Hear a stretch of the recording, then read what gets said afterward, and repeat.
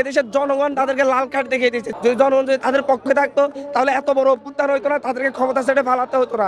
আমরা কোনো রাজনৈতিক দলকে নিষিদ্ধের কথা বলছি না, আমরা বলছি রক্তের দাগ এখনো শুকাই নাই। এই সময়ে ছাত্র জনতা যে সিদ্ধান্ত নেবে সেটাই হবে।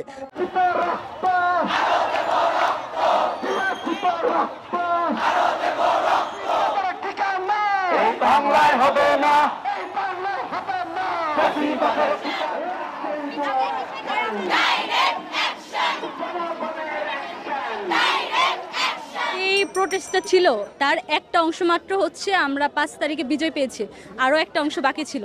আমাদের এত এত ভাইদেরকে তারা হত্যা করেছে, এত এত রক্ত ঝরেছে, যার কারণে হচ্ছে তিনি পালিয়ে গিয়েছে, তার বিচার এখনো হয়নি।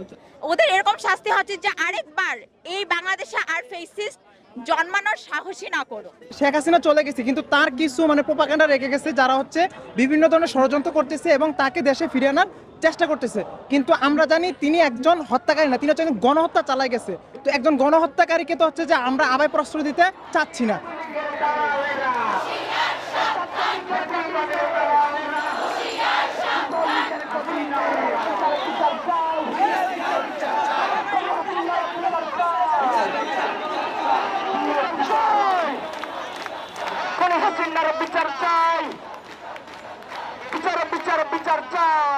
ফ্যাসিবাদী কাঠামোকে ব্যবহার করে যেসব হত্যাকাণ্ড ঘটানো হয়েছে সেগুলোর দ্রুত বিচার নিশ্চিত করতে বিশেষ ট্রাইব্যুনাল গঠন করতে হবে।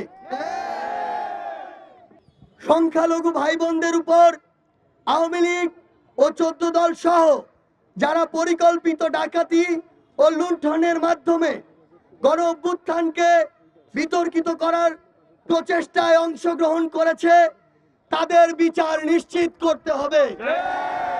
প্রতিদিন বৈষম্যের শিকার হয়েছে তাদের জন্য সবার জন্য ন্যায্যতার ভিত্তিতে সমান সুযোগ সুবিধা নিশ্চিত করতে হবে।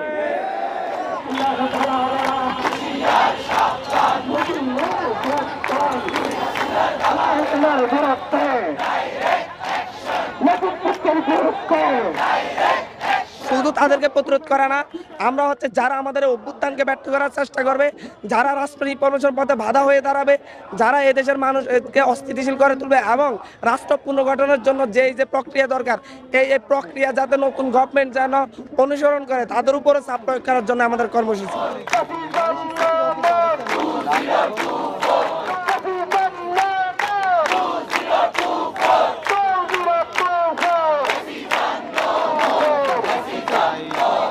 নিষিদ্ধ বলতে যে রাষ্ট্রীয়ভাবে নিষিদ্ধ করতে হবে তা না, এদেশের জনগণ তাদেরকে লাল কার্ড দেখিয়ে দিয়েছে। যদি জনগণ যদি তাদের পক্ষে থাকতো তাহলে এত বড় অভ্যুত্থান হইতো না, তাদেরকে ক্ষমতা ছেড়ে ফালাতে হতো না।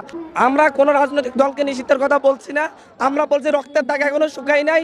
এই সময়ে ছাত্র জনতা যে সিদ্ধান্ত নেবে সেটাই হবে। ওনারা ওনাদের জায়গা থেকে কখনো ওদেরকে আবার পুনর্বাসনের চেষ্টা করতে পারে না।